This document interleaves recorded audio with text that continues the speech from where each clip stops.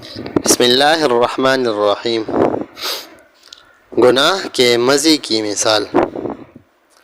حضرت حکیم الامت رحمۃ اللہ علیہ فرماتے ہیں کہ گناہ میں مزہ آنے کی مثال ایسی ہے جیسے خارش میں مزہ آتا ہے۔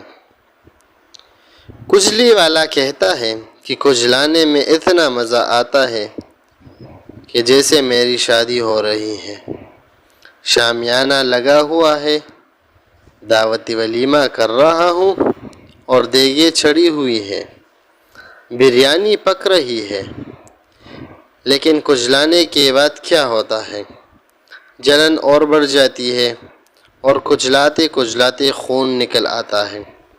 تب معلوم ہوتا ہے کہ جیسے آندھی چلی اور شامیانہ اڑ گیا، دیگیں بھی اڑ گئی اور بیوی بھی مر گئی، یعنی سارا کھیل ہی بگڑ گیا۔ یہی حال گناہ کا ہے، تھوڑی دیر کا مزہ ہے اور مستقل سزا ہے۔ آدمی ہر وقت بے چین رہتا ہے۔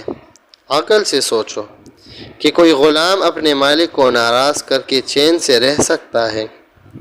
لیکن عادت بری بلا ہے، بری عادت پڑ جائے تو مشکل ہی سے جاتی ہے، لیکن آدمی ہمت کر لے تو بری سے بری عادت چھوٹ جاتی ہے۔